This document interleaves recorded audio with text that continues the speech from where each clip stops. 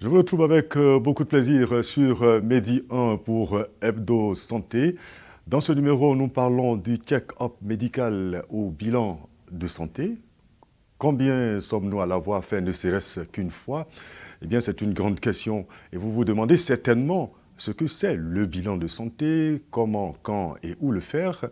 Vous aurez forcément des réponses à toutes vos préoccupations au cours de cette émission. Merci en tout cas d'être au rendez-vous. Installez-vous. Docteur Begré Isaac est justement avec nous sur ce plateau pour nous éclairer sur ce sujet qui est plus que d'actualité. Bonjour, docteur Begré.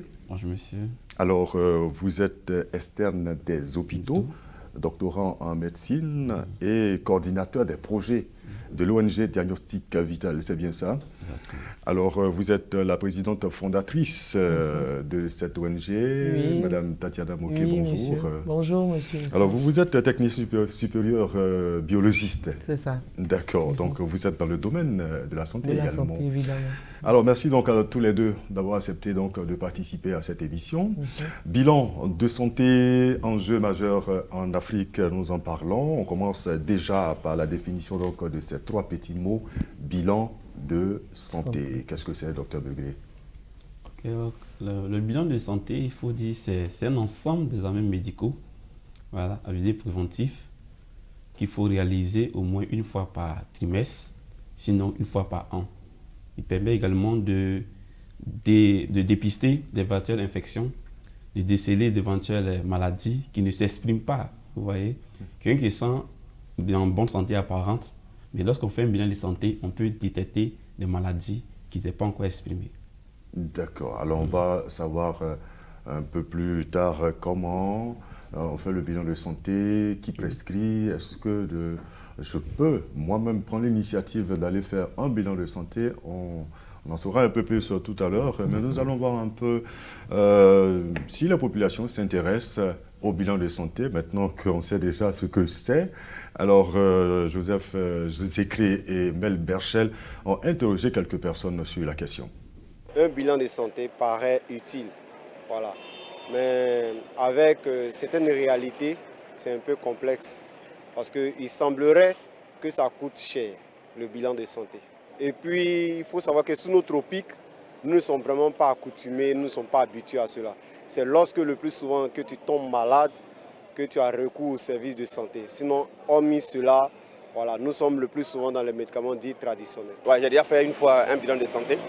Comme le nom le dit, je voulais juste avoir une idée du niveau de ma santé. Voilà, donc le médecin a essayé de voir un peu le niveau du rythme cardiaque, au niveau de la tension artérielle. Et il m'a fourni, on va dire, un document que je devais suivre pour une alimentation. Surtout faire attention au sucre, les heures auxquelles il ne fallait pas manger certains aliments. C'est là que j'ai pu savoir le taux de sucre qu'il y a dans chaque aliment. Parce que ce temps-là, il y a trop de maladies. Moi-même, j'allais recommander à faire, mais comme le docteur a déjà demandé, je suis obligé de le faire rapidement lorsque si vous êtes malade, ou bien toi-même pour un cas comme ça, c'est très simple de faire un bilan de santé pour voir ce qui vient demain. La maladie qui peut venir demain, s'ils ont contrôlé qu'ils ont trouvé une maladie qui n'a pas encore déclenché, les gars peuvent vite traiter, là tu peux rester un peu longtemps. Mais si tu ne fais pas bilan de santé, on ne peut pas voir. En marchant, les gars, tu vas savoir quelle maladie que tu as. Tu peux tomber en coup de route comme ça. Je ne portais pas bien, le médecin me l'avait recommandé. Il fallait qu'il sache au juste de quoi je souffrais. Donc il a fait un bilan de santé. Mais le problème, c'est que c'est un peu coûteux. Voilà pourquoi on ne peut pas le faire de façon répétée. Comme l'adage le dit, la santé n'a pas de prix. Nous mangeons un peu sucré, un peu salé, assez d'huile. Donc je pense que c'est très important de faire son bilan, surtout ce genre d'examen pour voir un peu le taux de sucre dans le corps et puis corriger un peu l'alimentation. Pour avoir une idée de la santé, je pense que le coût était bon. Donc j'exhorte tout le monde à le faire régulièrement pour savoir au moins qu'est-ce que le corps demande, qu'est-ce qu'il faut pour avoir une bonne santé. Alors, retour donc sur notre plateau, Madame Moké, avec ce qu'on vient donc d'entendre. Est-ce que vous avez le sentiment que la population africaine ont une parfaite connaissance du bilan de santé, ont une culture même du bilan de santé? Avec ce qu'on vient d'entendre, je peux dire que non. Ils n'ont pas la culture de bilan de santé. Et même lorsque le médecin demande, ils trouvent que c'est trop cher parce qu'ils ont parlé de la cherté. Le facteur coût. Le facteur coût. Ouais, il est revenu plusieurs fois là. Voilà, il est revenu plusieurs fois. Donc je peux dire qu'ils sont pas, non seulement ils n'ont pas l'habitude, et puis il y a le facteur coût qui joue aussi beaucoup, qui fait que les gens ne font pas le bilan de santé. Et là, vous avez fait le constat lors de Oui, vos on a actions fait, sur le terrain? c'est même pour cela que nous avons mis en place l'ONG Diagnostic Vital, pour permettre à la population de se familiariser. Et pour ce faire, nous faisons une campagne de masse pour sensibiliser la population et nous faisons aussi une campagne de dépistage de plusieurs pathologies pour permettre à la population de faire au moins une fois leur bilan de santé. Depuis quand vous le faites, est-ce qu'il y a eu un fait qui vous a motivé effectivement à mettre en place cette organisation? Oui, depuis qu'on le fait, surtout à l'intérieur du pays, on a constaté qu'il y avait des enfants qui étaient diabétiques. Or, les parents ne savaient pas. Et lorsque nous sommes passés, on a su que ces enfants étaient diabétiques et ces enfants ont été mis à la disposition de la santé et ils sont pris en charge depuis lors. Donc vraiment notre organisation, c'est pour cela que nous avons créé l'organisation, pour permettre à la population surtout de se familiariser et de faire son bilan de santé au moins une fois dans l'année, sinon 3 fois dans l'année. D'accord. Docteur, on va parler de la fréquence avec le docteur tout à l'heure. Alors, mais là, vous l'avez dit, les populations n'ont pas cette culture-là. Docteur Begley, est-ce qu'on a quelques chiffres, des estimations pour montrer effectivement que les populations africaines ne font pas de bilan de santé?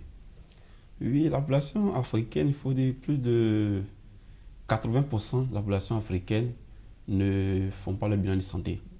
Comment vous expliquez cela? D'abord, il y a plusieurs facteurs. D'abord, l'accessibilité. Il faut dire qu'il n'y a pas assez de laboratoires disponibles, surtout en zone rurale. Également, le coût, comme on l'a vu tout à l'heure lors du micro-trottoir. Et également, la culture. Parce qu'en Afrique, quand ils sont malades, c'est que lorsqu'ils sont en une phase tardive qu'ils se prennent dans le centre de santé. Et c'est là qu'ils découvrent qu'en fait, le bilan de santé existe. Donc, tous ces facteurs peuvent expliquer vraiment ce fort taux de non-réalisation du bilan de santé en Afrique. D'accord. Alors, parlons maintenant de comment on fait le bilan de santé. Qui demande? C'est le médecin qui demande le bilan de santé, ou alors tout individu peut aller faire son bilan de santé de son propre chef? Ok. En pratique, il faut que le sujet se rende dans un centre de santé. Il se fait consulter par un médecin après examen ou après l'examen physique. Le médecin va prescrire le bulletin d'analyse biologique.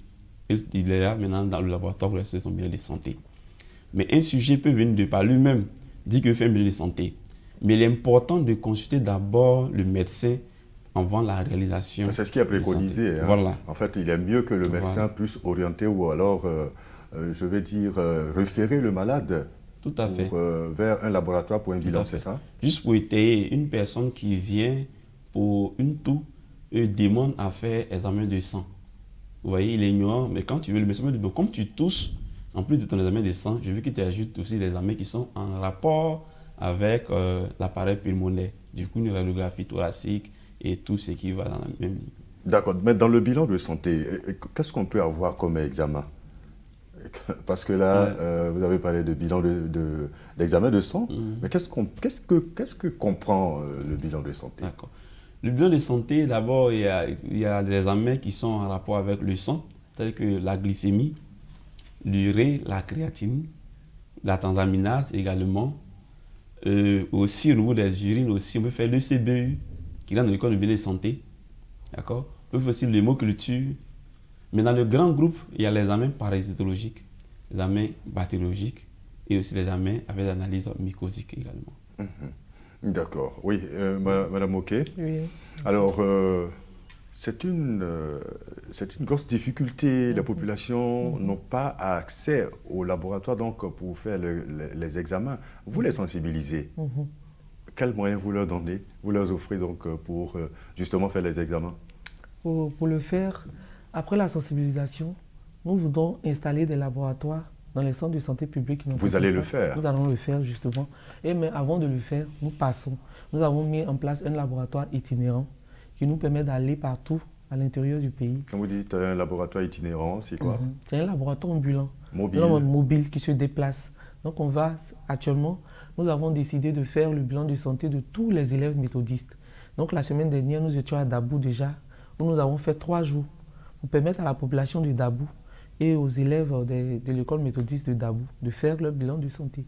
C'est ce que nous pouvons mettre en place maintenant, puisque le coût des appareils est élevé. Donc on procède par des sensibilisations et des campagnes de dépistage de masse. Est-ce qu'il y a un âge pour faire un bilan de santé, Dr Begré? D'accord. Le bilan de santé se fait à tout âge. Se fait à tout âge. Même un nourrisson? On peut faire un bilan de santé pour un nourrisson? On peut faire un bilan de santé. Parce que l'enfant même qui naît déjà peut naître avec une infection. Vous formez la NFS de l'enfant, vous faites son ECBE, les mots qui le tuent également. D'accord. Ok. Et où se fait le bilan de santé? Le bilan de santé se fait dans un laboratoire d'analyse biologique, voilà, qui travaille aussi en rapport avec les prescripteurs qui sont les médecins. D'accord, on va revenir donc sur le processus. Vous, Dr Begré, vous me demandez de faire un bilan de santé. Ça se passe comment? Ok. Je vais chez vous, je vous explique mon problème de santé, vous me demandez de faire un bilan de santé. C'est ça? Oui. Je vais au laboratoire faire les examens et puis je reviens vers vous, c'est ça? Exactement. Lorsque vous revenez vers le médecin vous donne un bulletin d'analyse biologique. Et vous allez maintenant vers le laboratoire avec le bulletin. Il y a un langage qui est sur le bulletin que le technicien va s'en servir pour réaliser le bilan. Il le met sous pli et il adresse le bilan au médecin. Et le médecin va l'interpréter et vous donner les consignes d'usage. D'accord. Et pour le bilan de santé montre effectivement, je veux dire, est déterminant, montre effectivement ce que la personne a? Tout à fait. Parce qu'il y a ce qu'on appelle les maladies asymptomatiques. Mais quand tu fais le bilan de santé, tu te rends compte qu'il y a une infection traînante qui ne s'exprime pas. Donc le sujet se sent en bonne santé, mais le bilan de santé montre qu'il y a un problème à un certain endroit de Parce qu'on entend parfois dire non, on a fait tous les examens, mais on ne voit rien. On voit rien. Oui, ça c'est un terme africain, on a fait tous les examens, mais on ne voit rien. Mais il faut bien le faire, parce qu'il y a plusieurs facteurs. Parce que le résultat dépend d'abord de l'équipement, du laboratoire, l'équipement du personnel. Il faut aussi un personnel adéquat. C'est pourquoi il salue d'ailleurs l'ENS Vital, qui est un personnel qualifié et un laboratoire ultra moderne. Vous savez, un laboratoire mobile, mais ultra moderne. Donc, quand on dit qu'on a fait l'examen, on n'a rien vu, est-ce que nous avons fait d'abord le bon examen? Là où il fallait. Point d'interrogation. D'accord. Voilà. Est-ce que le résultat n'a pas été biaisé, opérateur dépendant? Donc, c'est tout cela peut expliquer le fait qu'on a fait l'examen et qu'on n'a rien vu. Alors, les hommes et les femmes, je veux dire, en matière de bilan de santé, est-ce qu'ils sont au même pied d'égalité? Ou oui. Alors, le bilan de santé est plus important chez la femme ou chez l'homme? Non, ils sont au même pied d'égalité. L'homme, tout comme la femme, doit faire son bilan de santé. Voilà, la différence, c'est au niveau des paramètres. Voilà, parce que pour les taux, ce qu'on prend par exemple la NFS sur l'animation formule sanguine, le taux d'hémoglobine chez la femme diffère du taux d'hémoglobine chez l'homme, mais les deux doivent faire le même bilan de santé. D'accord. Je voulais qu'on parle de l'intérêt même du bilan de santé. Et là, avec vous, Madame Mouquet, qu'est-ce que vous dites aux populations quand vous partez vers elles? Vous leur dites quoi pour leur montrer véritablement l'intérêt du bilan de santé? Quand je vais vers la population, je leur parle de... Je prends cas par cas. Déjà, actuellement, la sensibilisation que nous faisons, nous parlons du diabète, de l'infection urinaire, des infections liées au foie et puis de l'insuffisance rénale. Donc, je leur dis les méfaits, par exemple, du diabète. Qu'est-ce que le diabète fait? Quels sont les inconvénients d'une personne qui a découvert tardivement qu'il a le diabète? Pareil pour l'insuffisance rénale et pour les autres pathologies. Donc, en disant ça, ils sont effrayés, évidemment, et ils cherchent à faire leur bilan de santé. Et je leur dis aussi que quand on fait un bilan de santé, ne vous attendez pas forcément à ce qu'on trouve une pathologie. Mais si on fait le bilan et qu'on n'a pas trouvé de pathologie, remerciez Dieu, parce que c'est très bien, on n'a pas trouvé de pathologie. Mais quand on en trouve, vous devez vous inquiéter, parce qu'on sait quand on a trouvé, on ne sait pas à quel moment vous serez guéri. Parce que c'est des pathologies non infectieuses qui sont vraiment chroniques. D'accord. Voilà. Alors, Dr Begré, à partir de quel moment le médecin prescrit un bilan de santé Est-ce que lorsque l'état du malade est grave, ou alors pour une simple consultation, le médecin peut prescrire? Et quels sont les examens qui doivent forcément figurer dans un bilan de santé? Donc d'abord, il y a deux situations. Souvent, le patient peut venir par lui-même demander un bilan de santé. Seulement le médecin l'examine, peut prescrire. Même s'il ne présente aucun signe de maladie. Hein. Voilà. Et d'abord, c'est l'enjeu même du bilan de santé. Parce que quand tu sens en bonne santé apparente, quand on fait le bilan de santé, on découvre qu'il y a une infection que vous traînez. C'est d'où l'intérêt du bilan de santé. Voilà. Mais quand il vient malade à l'hôpital, le médecin peut prescrire le bilan de santé, soit pour poser un diagnostic, pour confirmer la maladie, soit dans le cas d'un examen complémentaire, ou soit dans le cas d'un contrôle. Voilà. C'est les trois cas qui se proposent. Les examens vont dépendre du statut du malade. Vous voyez? On peut demander la glycémie, on peut demander la goutte épaisse dans le cas du paludisme, on peut demander l'annulation formule sanguine pour connaître les éléments du sang s'il n'y a pas une infection traînante. On peut demander aussi la transaminase quand on suspecte une maladie du foie. On peut également demander l'urée et la créatine lorsqu'on suspecte une maladie du rein ou encore l'insuffisance rénale. Donc c'est en fonction de ce que le médecin suspecte qui délivre le bulletin d'analyse pour réaliser le bilan. Alors nous sommes en période de Covid. Est-ce que là, actuellement, quand on demande un bilan de santé, est-ce qu'on tient compte du Covid? Ok. Normalement, on devait tenir compte du Covid dans le bilan de santé, mais en Côte d'Ivoire, l'examen du Covid ne se fait pas dans toutes les périphéries. Voilà, il y a des sites ciblés où on réalise les examens de Covid. Donc en pratique, on fait les bilans tout sauf Covid, mais il y a des structures spécialisées on réfère le malade là-bas pour aller faire les examens de Covid, tels que l'Institut Pasteur, l'Institut national d'hygiène publique, aussi le service des maladies infectieuses. D'accord. Alors Madame Oké, vous avez fait un constat qui est juste et vous avez pris votre bâton de pèlerin, vous vous êtes dit qu'il faut sensibiliser la population, toutes les couches sociales, de sorte à les amener à prendre conscience donc de l'importance du bilan de santé. Mais je veux dire, ce constat-là, est-ce qu'il est pour tous les pays africains, pas tous les pays africains, mais pour bon nombre de pays africains? Oui, ce constat est pour bon nombre de pays africains. C'est tout le monde qui est concerné pour le bilan de santé. Pour qu'un pays avance, il faut des personnes valides, en bonne santé. Donc je pense que tous les pays africains, surtout que nous sommes en voie de développement, nous devons nous intéresser à notre santé pour qu'ensemble on puisse construire nos différents pays. Vous avez des organisations sœurs dans les autres pays avec qui vous collaborez? Bon, nous sommes en train de travailler. Nous sommes en train de travailler à cela, surtout au Sénégal. Nous sommes en train de travailler pour avoir des partenaires, tout et tout, pour pouvoir mettre en place là-bas, pourquoi pas, une de nos branches là-bas pour qu'on puisse aussi sensibiliser la population au bilan de santé. D'accord. Et ces actions l'apportent? Les actions que vous menez depuis, oui, ces actions sont depuis 2018 que vous existez? C'est ça. D'accord. Ces actions sont en train de porter déjà sur le plan national. Ces actions sont en train de porter et nous avons lancé un appel à un laboratoire de renom au Sénégal. Via les réseaux sociaux, ils nous ont demandé un certain nombre de questionnaires que nous avons répondu. On attend la suite. On s'est dit qu'en 2022 est prometteur. On aura forcément des partenaires et on pourra aller ailleurs pour sensibiliser aussi. Alors, je voudrais toujours avec vous demander, là où vous, en tant que communautaire, vous menez déjà des actions. Alors, qu'est-ce que les États africains peuvent apporter de plus pour amener les populations à s'intéresser au bilan de santé? Tout à l'heure, les populations l'ont dit, il y a le facteur coût, c'est cher. C'est un frein. Alors, qu'est-ce que vous pensez que les États africains peuvent mettre comme stratégie en place pour amener les populations à avoir l'habitude, à avoir ce réflexe-là, d'aller vers le médecin, même quand on se sent bien, de sorte à se faire consulter? Pour le faire, je pense que le gouvernement, les États doivent mettre en place des laboratoires. C'est-à-dire qu'on doit vulgariser les laboratoires partout dans les périphériques, dans les zones reculées. Dans les centres de santé, là où il existe un centre de santé, il doit avoir un laboratoire pour permettre à tous ceux qui viennent de faire leur bilan de santé. Or, il se trouve qu'il n'y a pas de laboratoire dans les centres de santé qui sont reculés.